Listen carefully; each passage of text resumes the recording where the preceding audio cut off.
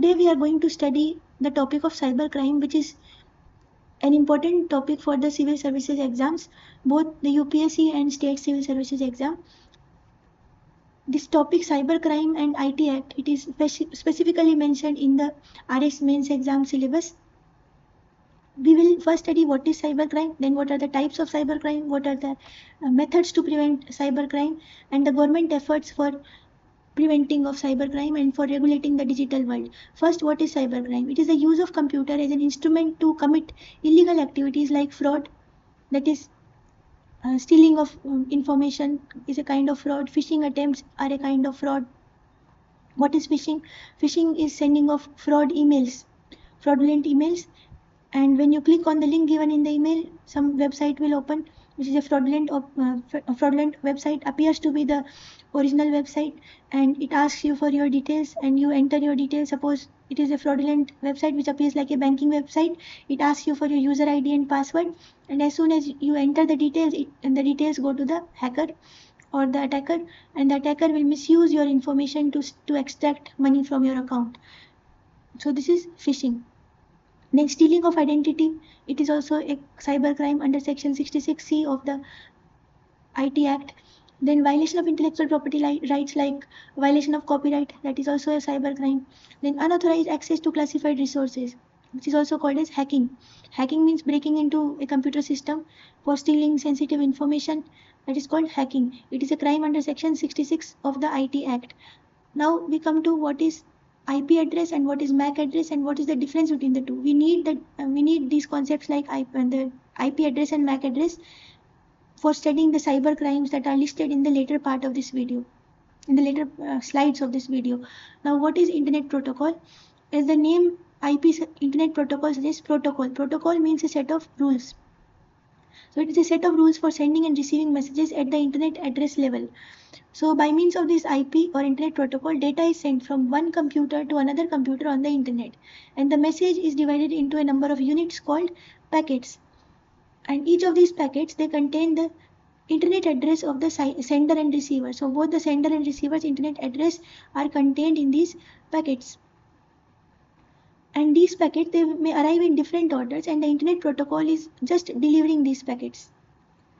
And there is another kind of protocol called TCP, Transmission Control Protocol, which actually orders these packets, which is not relevant to today's topic, but mainly we are going to study what is IP address, what is MAC address, and the difference between the two. IP address is the logical address of a device. It identifies the connection of the device to a network.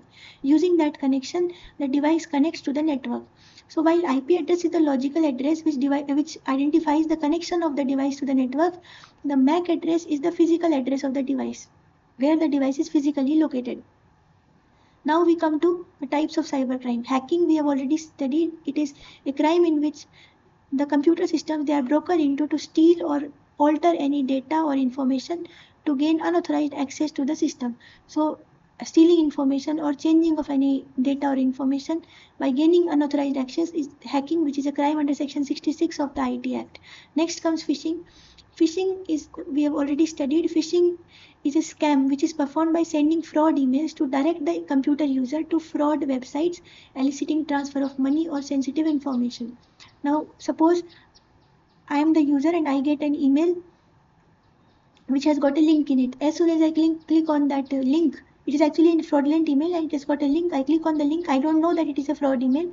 As soon as I click on the link, a website opens which appears to be the original, which appears to be an SBI website. And I think that it is the original website, but it is actually a fraud website. Now the banking website, it asks me to enter my user ID and my password, and I enter these details thinking it to be the original website. Now the hacker will gain access to my details, and the hacker is going to use my user ID and password in the original SBI website and is going to extract money from my account. So this is a phishing attack. Now we come to vishing. Vishing is very similar to phishing. It is nothing but phishing attacks using VoIP. VoIP means voice over internet protocol. It is a form of internet telephony. So using of internet services for making telephone calls. So when you use these internet telephony for carrying out these phishing attacks, It is known as vishing. Then we come to spyware. What is spyware? As the name itself suggests, it is used to spy on the user.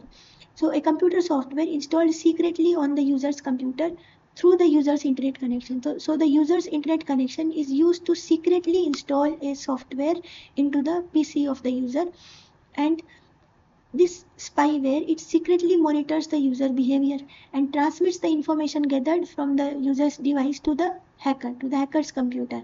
So somebody installs a spyware in my phone, and the spyware will record all my whatever I'm doing on my phone, my WhatsApp chats, my banking information, everything, and send it to the hacker. So these spyware attacks have been carried out by countries also like Israel. Then we come to cyber squatting. Now what is cyber squatting? Now we will understand this cyber squatting with the help of an example. Suppose Maruti is a very profitable company, and there is a lot of potential in the Maruti company. So seeing this potential in the Maruti company, a third person, that person is going to register a domain name Maruti. So that third person is going to register Maruti as a domain name, an internet domain name on Maruti company. So this is registered by that third person. And now what will happen? The Maruti company actually needs this domain name, and Maruti company is obviously going to sooner or later make its own website, because it needs its website to connect with the users, to display information, etc. And now, since it needs this Maruti domain name, which is already registered by a third person, the managers of the Maruti company, they will go to this third person and ask that third person to transfer the domain name to them. And this third person is going to say, I will not transfer this domain name unless you pay me a hefty amount. So that this third person is going to make profits. He or she will ask the managers of the Maruti company to pay money in return for transferring the domain name to the Maruti company. So in this way, this third person will make profits. So now we will study the definition. So cyber squatting, as we can see, squatting. So this third person is actually squatting on the domain name of the Maruti company.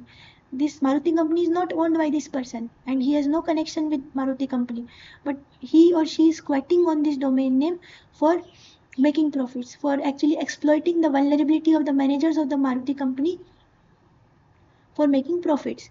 So as we can see, it is the act of registering an internet domain name that is likely to be wanted by another person, in this case the Maruti company, business or organization, in the hope of selling them at a hefty profit. So this third person sells this domain name to the management of Maruti company at a hefty profit. It is done by a third party which does not possess a right to such name. So as we can see, this third person does not possess a right to the domain name of Maruti, because the company does not belong to him or her, but he or she is only misusing this domain name, is exploiting the vulnerability of the managers of the original company. So this is cyber squatting. Next cyber crime that we come to is identity theft. As the name itself suggests, stealing the identity. So offender gains access to the data of a person's bank account, to the credit card details, to the debit card details, or other sensitive information to steal money, or for heavy online shopping in the victim's name. So the attacker, the offender, gains access to bank details or credit card details, debit card details, and steals sensitive information. Or he or she the attacker can also do heavy online shopping in the name of the victim. So this can cause financial losses to the victim, spoil the credit history of the victim. So next cybercrime we come to is malicious software. So malicious software can be in the form of a virus. So these are internet-based software or programs that are used to disrupt a network, and it is used to gain access to a system and steal sensitive information or cause damage to the software. So virus can cause damage to the software also. Next we come to the next cybercrime, that is cyber theft. So cyber theft is violating the copyrights by downloading music, movies, game software, etc. in an unauthorized manner. So it is copyright violation or IPR violation. That is cyber theft. So we move on to the next slide. Salami attack. What is salami attack? Salami attack is when the criminals, the cyber criminals, they make small changes in such a manner that these changes, they go unnoticed. So small changes are made by the cyber criminal to the user's computer, or any kind of website, such that these changes, they are unnoticed. For example, we'll understand this with the help of an example. Suppose the cyber criminal makes a program that deducts very small amount, suppose 2.6 rupees, from the accounts of all customers of a bank and transfers this amount to their own account, that is the attacker's account. Suppose there is the SBI website. SBI has got lot of customers all over the country, lakhs of customers. Now this cyber criminal makes a program that deducts 2.6 rupees from the accounts of all the SBI customers. Suppose there are 10 lakh SBI customers and 2.6 rupees is deducted from the accounts of each of these customers, and it is transferred to the attacker's account. Now these customers of SBI bank will not notice, because you are deducting a very small amount, 2.5 rupees, no one will notice. But the attacker is making huge profits, because 2.6 multiplied by 10 lakh is going to be a huge amount. And now in this case, it is very difficult to detect these attacks, because the attacker is making small changes. So these attacks are very difficult to detect. And we can actually compare this salami attack in the cyber world to the salami slicing techniques used by China. So in the salami slicing techniques, what does China do? China actually makes very small inroads into the Indian territory, which is often unnoticed by the local residents or the local administration. And by making these very small inroads over a period of time, over many years, China makes significant inroads and China occupies a large area. And all of a sudden we are caught unawares. So this is the salami slicing technique that is used by China. So next we come to another kind of attack, that is denial of service attack. As the name itself suggests, it is denying the services to the network. So what is it? Criminals, they flood and overuse the bandwidth of a victim's network. So they will flood the user's bandwidth, they will overuse the user's bandwidth, and as a result, the user loses access to the network. So the user is unable to avail the services of the network because the bandwidth of the network is flooded by the criminals. So in a way, the criminals are denying services of the network to the user. It can happen in case of emails also. The cyber criminal is filling the email box of the user with spam, and as a result depriving the user of the services that he is entitled to. So this was denial of services attack. Next type of cybercrime is piracy. As the name itself suggests, it is illegal copying of genuine programs. Illegal copying of genuine programs, which can also be called as counterfeiting, and distributing these programs for making profits. And this can cause great retail revenue losses to companies, and it can also lead to breach of intellectual property rights. Now next type of cybercrime we come to is bot networks. What are bot networks? So in bot networks, the cyber criminals, they remotely take control of the users' computers. They remotely take control of the users' computers without the user realizing it. So they are remotely controlling these users' computers. So how does this bot network attack take place? When the user is unknowingly downloading a malicious code like Trojan horse. Suppose an email attachment is sent, and the user clicks on that attachment, and the malicious code gets downloaded into the user's computer, and as a result, the user's computer, it gets linked to the bot network. Okay. The user's computer gets linked to the bot network, and the attacker gains access to the user's computer. The attacker is able to remotely control the user's computer, and this control stays till the time the virus is not removed. And such computers which are remotely controlled by the attacker or the hacker, they are remotely controlled by the bot network, these computers are known as zombies. And they can be used anytime by the hacker or the attacker after activating the malicious code. So the attacker can remotely control the user's computers. So what is the benefit of this bot network attack to the cyber criminal? So the cyber criminal is not only the cyber criminal using the bot network is not only controlling one computer. The cyber criminal is actually controlling a large number of computers, thousands of computers the cyber criminal can control in this manner. In this manner, thousands of computers, they can be controlled by the cyber criminal. Now, the cyber criminal, since he or she is remotely controlling thousands of computers by means of this bot network, so all the power and the computing capacity of these computers, it can be utilized by the cyber criminal for conducting crimes of a higher magnitude. So cyber terrorism activities can also be conducted. So this is a harm that is caused by the bot networks. Now detecting these kind of attacks, it is very challenging because the zombies, that is the users' computers which are being controlled by the bot networks, they can be changed. Today the bot network is controlling this computer number 1, tomorrow it leaves this computer number 1 and starts controlling computer number 2. So it is very difficult to detect and catch these kind of cyber criminals. Next we come to cyber spoofing. What is cyber spoofing? Spoofing simply means pretending. So when someone falsifies information to trick you into believing that they are something or someone that they actually are not. So it could be a phone call, email or website that is made to look legitimate. So example, we will understand this with the help of an example. Someone calling you from a bank to verify your details. You think it is the bank, but it is actually the scammer who is pretending to be the bank. So somebody pretending, a phone call comes to you and it is actually a fake phone call pretending to be from a trusted person. A fake email pretending to be from a trusted source, or a fake website pretending to be the original website. So this is all cyber spoofing. Now in the next slide, we are going to study in detail about this crime called cyber spoofing. Now, identity of a computer, it is fabricated and the computer is used on the pretension of the ID of another computer. So that computer, the hacker uses his or her computer pretending to be from a trusted computer or a trusted source. Now the hacker enjoys the special access and privileges of another computer and connects the number of another computer with his network. So hacker is connecting the number of another computer with his network and is carrying out the spoofing attack. Now spoofing is an illusion created to steal your information and sometimes even your identity. Now we are going to study what are the different types of spoofing. The first type is the IP spoofing or the host spoofing. It simply means manipulating the IP address.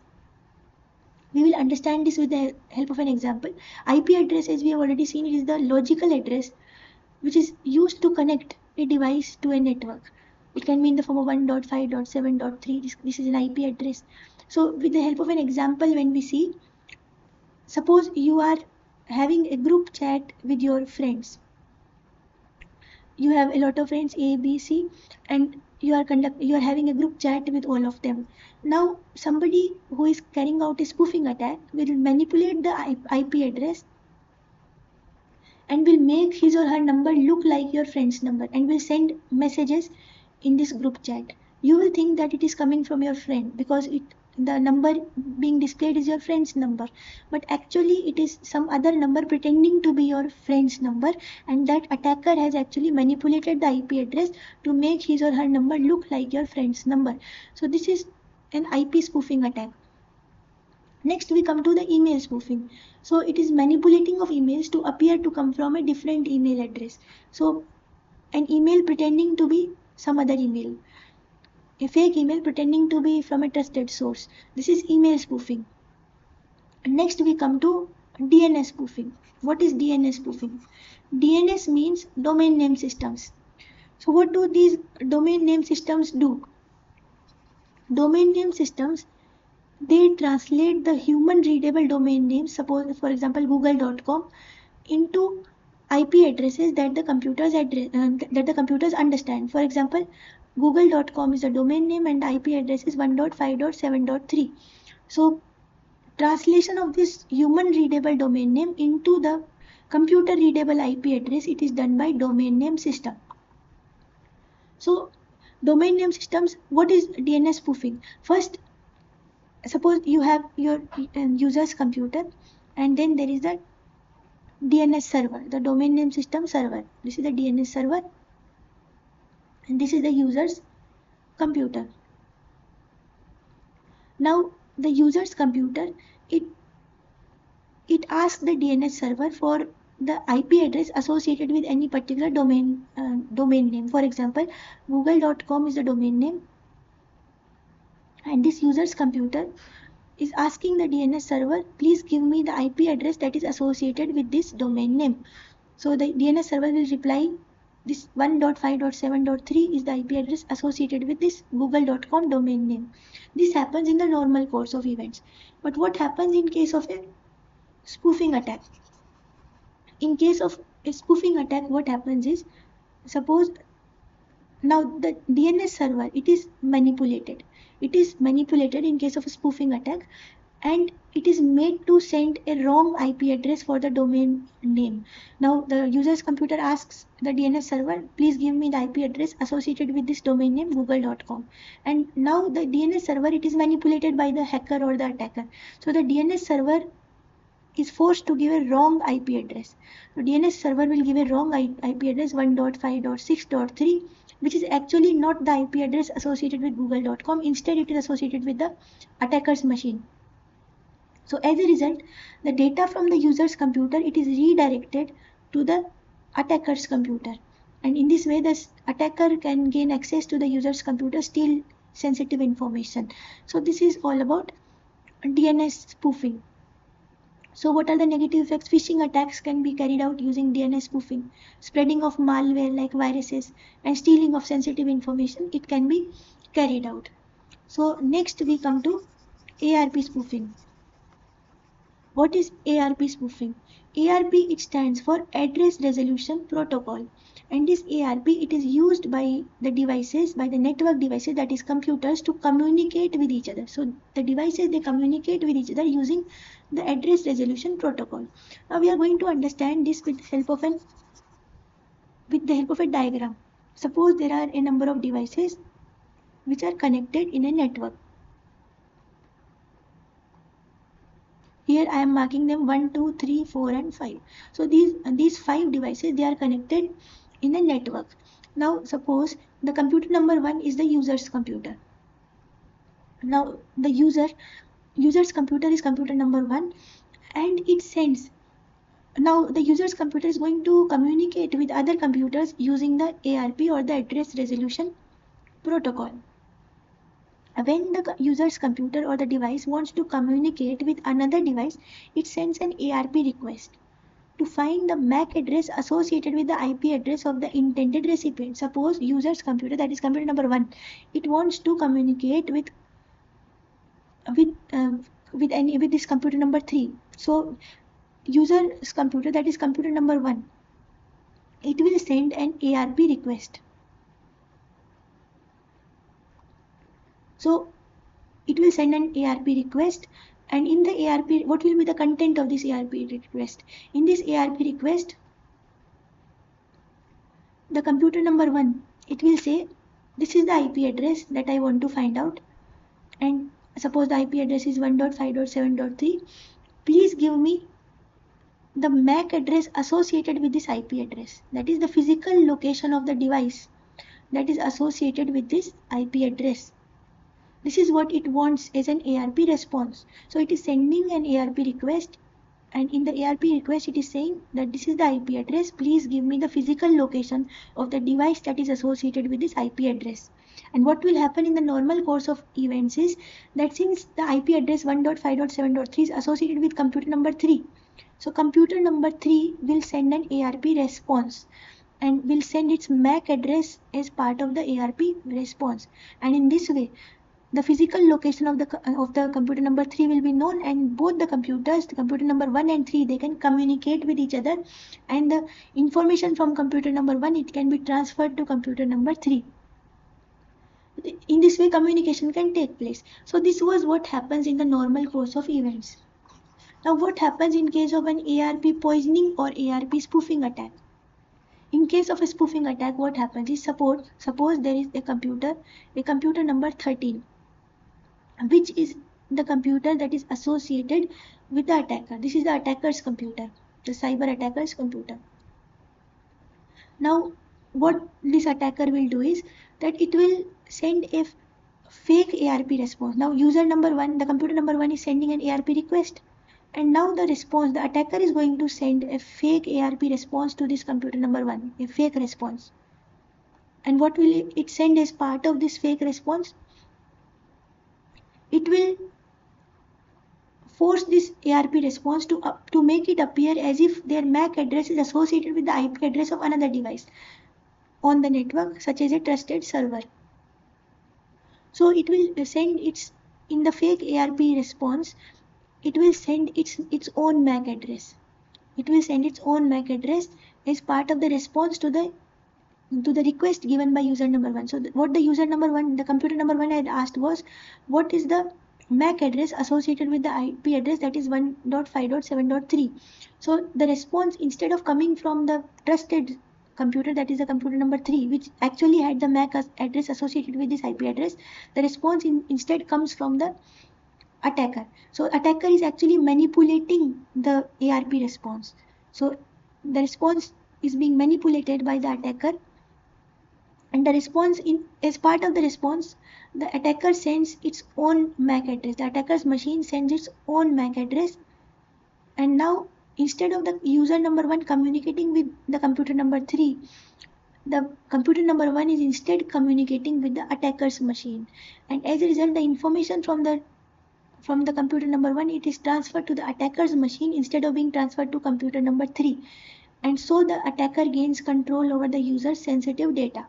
So what happens, in short, we can say that in ARP spoofing attack, the ARP responses, they are being manipulated. ARP responses are being manipulated. So I'll make this diagram a little neater. So this was the ARP request being sent, and in the normal course, computer number 3 would have sent an ARP response. Now what happens in case of this spoofing attack is, this ARP response, it is being manipulated.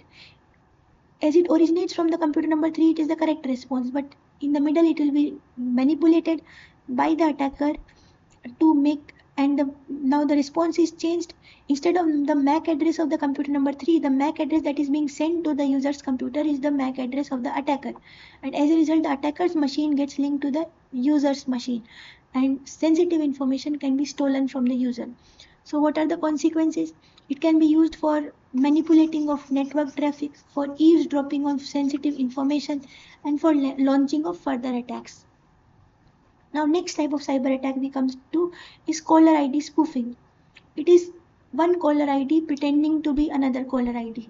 So technique used by attackers to manipulate information based on the recipient's caller ID system.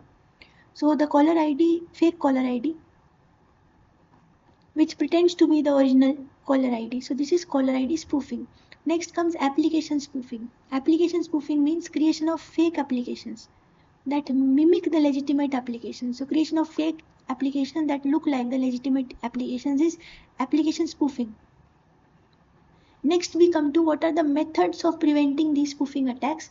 These methods can also be taken in general for preventing other kinds of cyber crimes also. So network monitoring. Monitoring of network can be used for preventing IP spoofing, that is internet protocol spoofing. Then second is authentication. Strong authentication checks like using of multi-factor authentication. So many layers of authentication will add an extra layer of security.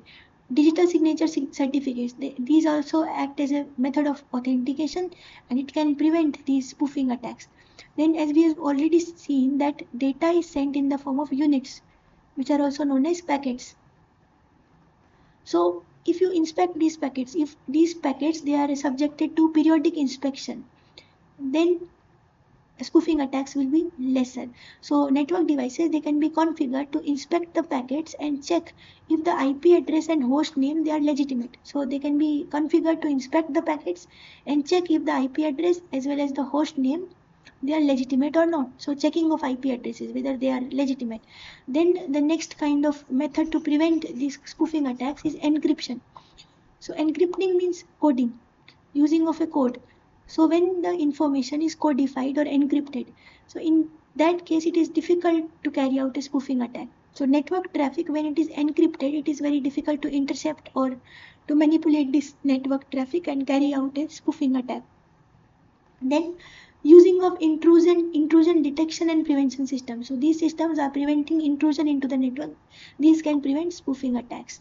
Next we come to methods of preventing email spoofing. So these methods are also very similar to the methods used to prevent the IP spoofing. So using of email authentication protocols, then email filtering and spam detection, user awareness, multi-factor authentication, and also the organizations, they can configure their email servers to reject or flag emails that fail the authentication checks. So they will flag the emails that are failing the authentication checks. These emails are not able to pass the authentication checks, and these emails can be flagged and removed. So these are the methods for preventing of email spoofing. Next, what are the methods for preventing DNS spoofing or domain name system spoofing? As we've already seen, in domain name system spoofing, what happens is that the domain name system server, DNS servers, they are manipulated. And now these servers, after being manipulated, instead of, what do these servers do? They will actually give the, in case of DNS, what do DNS systems do? As we have seen in the previous slide, computer asks the DNS server for the IP address. The computer is asking, the user's computer, it is asking the DNS server for the IP address. Suppose this is the user's computer and this is the DNS server. So the user's computer, it asks the DNS server, please give me the IP address that is associated with google.com. And in normal course of event, DNS server will give the correct IP address. Suppose it is 1.5.7.3. But in case of DNS spoofing attack, the DNS server itself is manipulated and it gives a fake IP address, which is actually the IP address of the attacker's machine, and as a result, the attacker can manipulate the user's system. So the communication, instead of being, now the attacker gains control over the user system, because now the user's system is connected to the attacker system, because the DNS server has given the fake IP address, which is actually the IP address of the attacker's machine. So now what are the methods to prevent this attack?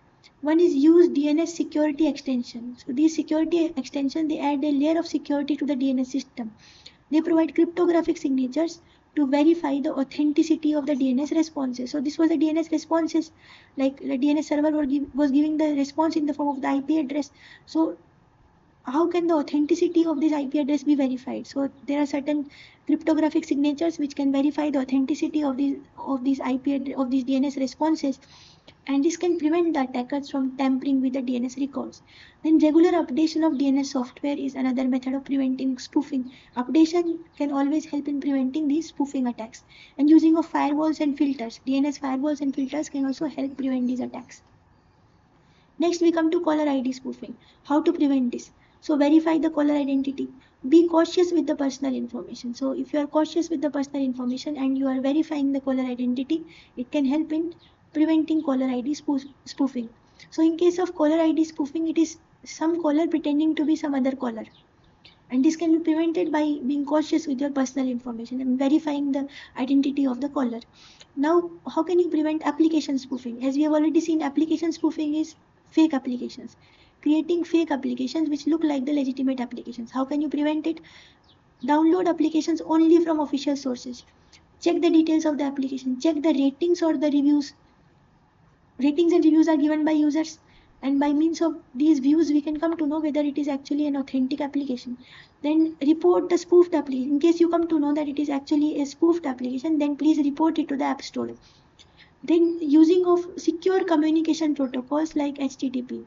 If you use a secure communication protocol, it can help in preventing spoofing attack. What is HTTP? It is a set of rules for computers for retrieving textual data from the remote server. So this is a remote server and this is the computer. So by using the HTTP rules, the user's computer can retrieve textual data from this remote server. So this is HTTP. So if you use these kind of secure communication protocols, it can help in preventing application spoofing attacks. Now we come to ARP spoofing. As we have already seen, what is ARP spoofing? ARP stands for Address Resolution Protocol, which is used by computers to communicate with each other. And in case of ARP spoofing, the ARP responses are manipulated. ARP responses are manipulated. So I will just summarize it briefly so that we can recall what happens in case of this attack. This is a number of computers that are connected by means of a network, and the computer number 1, it sends an ARP request in which it sends an IP address and asks the network, please give me, suppose this is the IP address, now this computer number 1 is going to ask in the form of a ARP request, please give me the physical location or the MAC address of the device that is associated with this IP address so that I can communicate with this device. So in normal course, what will happen is that this device, whichever device has got this IP address, it will reply with its MAC address in the form of an ARP response. But in case of a spoofing attack, this ARP response, it is manipulated. In case of a spoofing attack, suppose this is the attacker's computer, computer number 13, it is going to manipulate this ARP response. It is going to make it's going to change this ARP response, and it is going to send its own MAC address. So this computer number 13, which is actually the attacker's computer, it will send its own MAC address as part of ARP response to computer number 1, because of which computer number 1 is actually tricked. And it is connected to the attacker's computer instead of the actual intended recipient. So now the attacker's computer, once it gets connected to the user's computer, the attacker can steal sensitive information from the attacker's computer. So how to prevent these attacks? One way is manually configuring the ARP table entries on the devices. So if you manually configure the ARP table entries on the devices, then it prevents these devices. Suppose the ARP entries, they are manually configured on this computer number 1, that is a user's computer. It prevents this computer number 1 from accepting the spoofed ARP responses. So if you manually configure the entries, it will not accept this spoofed ARP response from the attacker's computer. Associating specific IP, so it prevents them from accepting spoofed ARP responses. Associating specific IP mappings in ARP table will communicate only with the intended devices. So in this case, when computer number 1 is sending an ARP request, please give me the MAC address associated with this IP address 1.5.7.3, then this IP address is going to be mapped only with the intended device. It will not get mapped to the attacker's computer. So this can prevent ARP spoofing by manually configuring the ARP table entries. Then other methods to prevent are using of intrusion detection systems, network monitoring tools, and also implementing virtual local area networks and network segmentation. Now we will see what is network segmentation. Now network segmentation means that suppose this is a network. Now when this network is divided into various segments, smaller segments, then in case an ARP spoofing attack takes place, then the coverage will be very limited. The impact will be over a very limited section, and the entire network will be prevented from getting affected.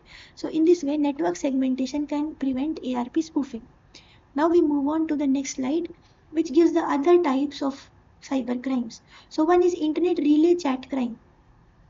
So what is this IRC chat, internet relay chat crime? IRC servers, they have chat rooms in which people from anywhere in the world, they can chat with each other. So using these chat rooms, the people from anywhere in the world, they can chat with each other. And the terrorists, they are using these IRC servers for secret communication between themselves. So and also hackers can also use these IRC servers for discussing their victims and for sharing technology. So using of these chat rooms by terrorists to communicate with each other by hackers and terrorists. So that leads to internet relay chat crimes. Next type of cyber crime we study is net extortion. So what is net extortion? In this, the criminals, they gain access to the copy of confidential information to extort huge amount of money.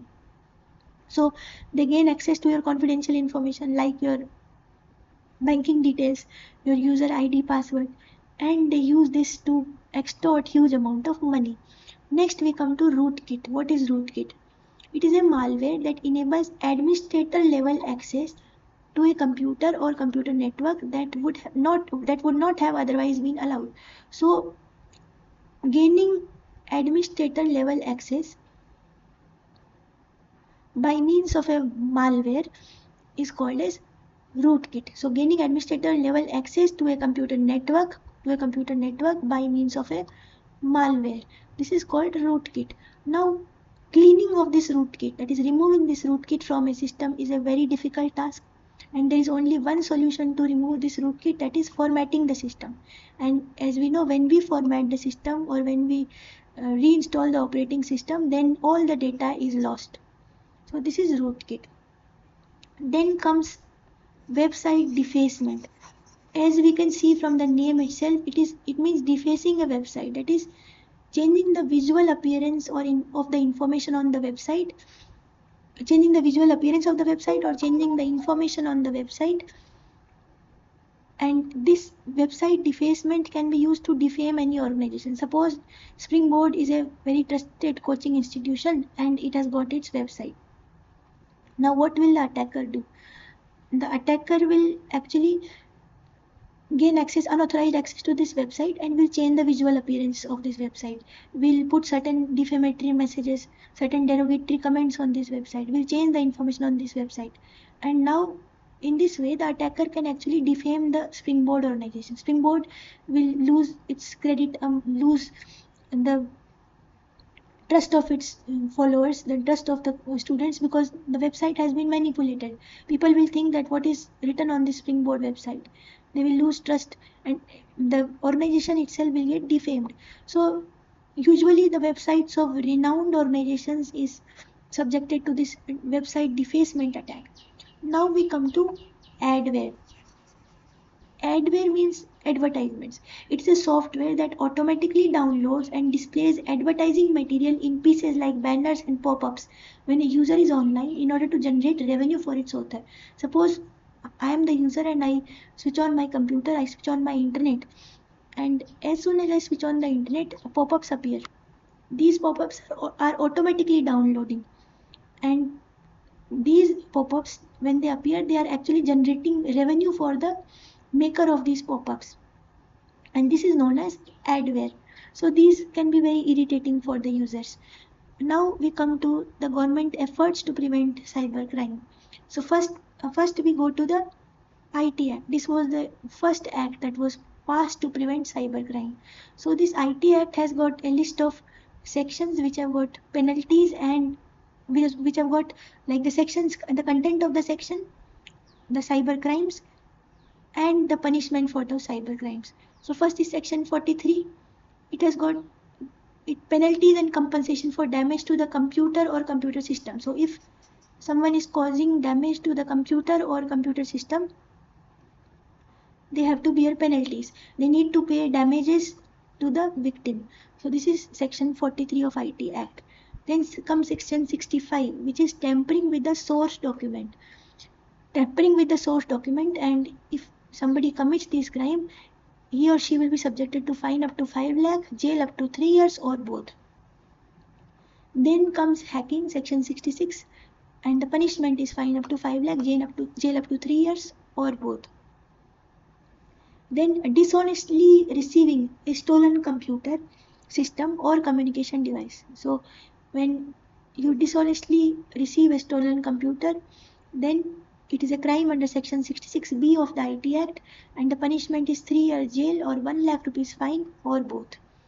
Then comes section 66C, which we have already seen. It is stealing someone's identity using the internet, and the punishment is the same, 3 years jail, 1 lakh fine, or both. 66F deals with cyber terrorism, and it is a serious offense that is punishable with life imprisonment.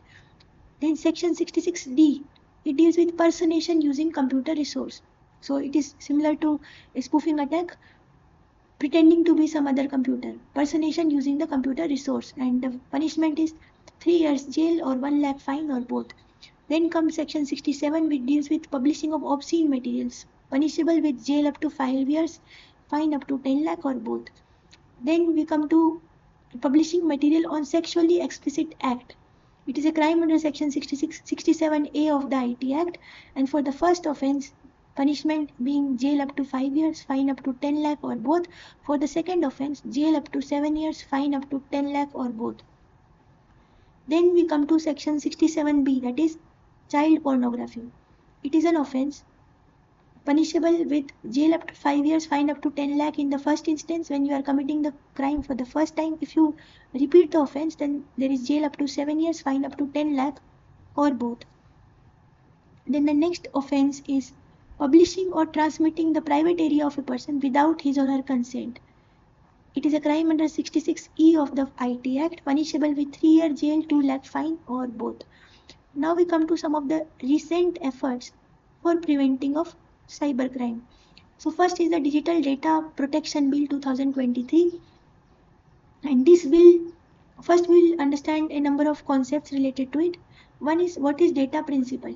Data principal means the user, the person whose data is being collected, that is a data principal. Then comes a data collector. Data collector is the agency which is collecting the data, which may be social media intermediary like WhatsApp, Facebook, they are data collectors, or it can be any other agency also. So this is the data collector. So the bill has specified certain obligations for the data collector and certain rights for the data principal. Then there is a data protection board which has been constituted under the bill.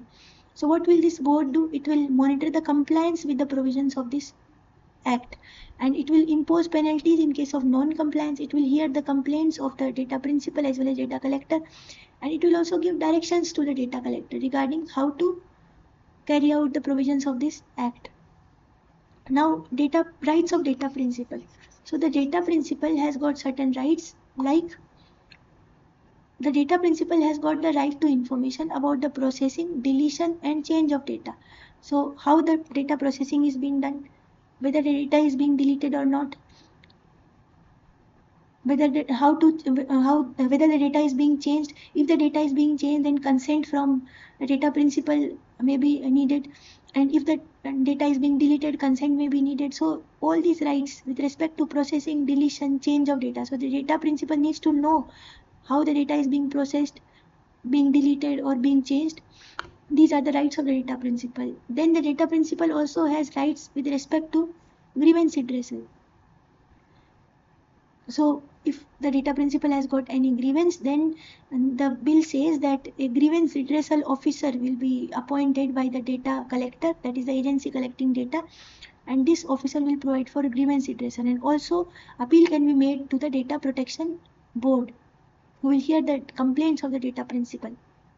And also the data principal has the right to nominate a person in case of death or incapacity. So data principal can say that when I die or when I become incapacitated, then this other person, my nominee, will act on my behalf, will exercise all the rights that have been granted to me.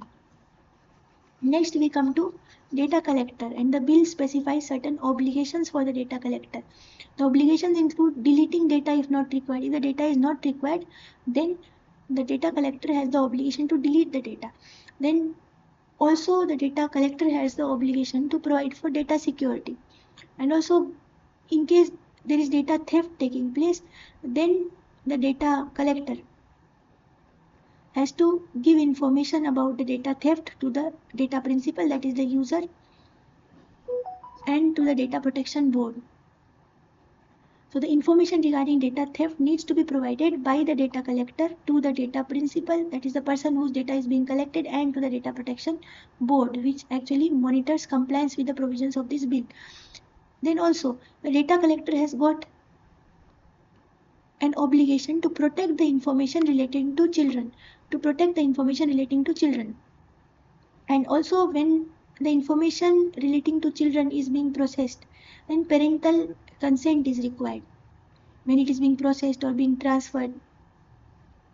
Now we come to on what basis the information can be disclosed. So the information can be disclosed on the basis of national security, sovereignty, and public interest, if required by the judicial or regulatory authority, or in case of crime, to trace the defaulter and to seize the assets of the defaulter to prevent the crime. So these are the basis on which the information can be disclosed. Next we come to the IT rules of 2021. So under these rules, the social media are required to exercise greater diligence with respect to the content on their platform. So they are made more responsible with respect to the content on their platform. Also, they are required to appoint a grievance redressal officer who will resolve the user complaints. Then also another obligation has been put that the intermediaries, they will remove or disable access within 24 hours of receipt of complaints of content that exposes the private area of individuals, shows such individuals in partial or full nudity, or in a sexual act, or is in the nature of impersonation, including morphed images. So in case this kind of obscene content is being provided that exposes the private area of the individuals, that shows individuals in partial or full nudity, involved in a sexual act, or is in the nature of impersonation or morphed images are there. So this kind of information has to be removed within 24 hours by the intermediaries. And in case they don't remove this information, they will not get exemption under the safe harbor provision. So this exemption will be taken away from them. Now what is safe harbor provision? Safe harbor provision says it provides immunity. It provides immunity to the social media intermediaries from whatever content is being posted on their platforms. So from any action with respect to any content. Suppose, because the social media intermediaries, they say that the content that is being exchanged on their platforms, suppose WhatsApp, so the data that we send on WhatsApp, it is encrypted. So it is mostly a private conversation between the users, and it is because, and the social media intermediaries, they are not responsible for this conversation. So in case any content is being posted, then the social media intermediaries, they enjoy immunity with respect to, suppose some content, some derogatory messages are being posted. So the social media intermediaries, they enjoy immunity from prosecution because they are not directly responsible, because the data is between users, it is a private conversation. This is called a safe harbor provision. But in case they come to know that this data is being circulated and they don't remove it within 24 hours, then they will not gain this exemption under the safe harbor clause. Next provision of the IT rules is educating users about the privacy policies. So they should be educated about not circulating copyrighted material, not posting anything that is defamatory or objectionable, that is objectionable racially or ethnically, that is threat to integrity of the country, that is pedophilic, that is showing children in a bad light, that is violating the law. So this kind of information should not be circulated, and the users need to be educated about it. Now also certain amendments have been made to these IT rules recently. So what are these amendments? First is that the intermediaries, they have to respect the user rights under Article 14, 19 and 21. 14 is right to equality, 19 right to speech and expression, and 21 is right to life. And the communication to users will be conducted in the regional language as well, which is a very good provision. This will widen the access, because many people cannot understand the English language. So when the communication is done in the regional language, it will widen the scope of internet. Then also certain amendments have been made to Rule 3 of the IT Rules 2021. So what is the amendment? First is the words defamatory and libellous. These words have been removed. And now whether a content is defamatory or libellous is the same as defamatory. It means the same. So whether a content is defamatory, it is to be determined through judicial review. So the judiciary is going to decide whether a content is defamatory. Also, in Rule 3(1)(b), some content categories, they have been rephrased. They have been rephrased to deal particularly with misinformation and content that could incite violence between different caste or religious groups. So certain content categories, they are rephrased to deal with misinformation and content that could incite violence between caste or religious groups. So these offenses are also now going to be covered.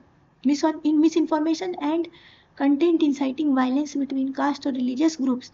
Also, as part of the amendments, grievance appellate committees will be provided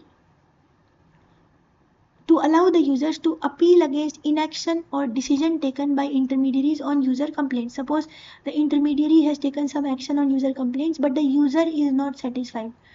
So the appeal can be made by the user to the grievance appellate committee. So this was about the IT rules 2021 and the amendments made to them. So in this video we have studied about what is cybercrime, what are the different types of cybercrime, what are the ways to prevent cybercrime, and what have been the government efforts to prevent cybercrime. Now certain additional government efforts, they are the National Cyber Policy 2013, under which it says that 5 lakh persons will be trained as anti-cybercrime professionals in a period of 5 years. And also it establishes an organization called CERT-IN, Computer Emergency Response Team, in order to check cyber attacks. So this was about National Cyber Policy 2013. Now with this we come to the end of this video, and thank you.